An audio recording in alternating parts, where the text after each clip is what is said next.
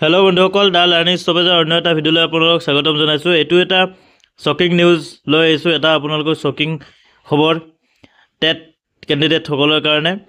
তো আজি directorate of secondary এডুকেশ্যনৰ পৰা এখন ন'টিচ ৰিলিজ কৰিছে। ইয়াতে আপোনালোকৰ যিটো GT-PGT টেট হয় তাৰে ডেট সম্পৰ্কে আলোচনা কৰিছে, ডেট কৈছে আৰু এডমিট কাৰ্ড ডাউনলোডৰ কাৰণে।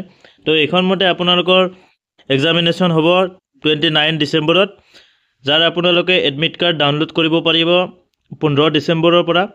15 ডিচেম্বৰৰ 11 AM পৰা অফিচিয়েল ৱেবছাইট madhyamik.assam.gov.in এইটো ৱেবছাইটত গৈ আপোনালোকে নিজৰ এডমিট কাৰ্ড ডাউনলোড কৰিব পাৰিব।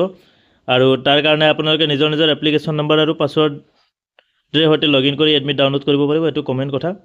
তো এইখিনি আছিলে আপোনালোকৰ এক্সামৰ টাইমত এডমিট কাৰ্ডৰ লগতে আপোনালোকে যিকোনো এটা ID কাৰ্ড লৈ যাব লাগিব।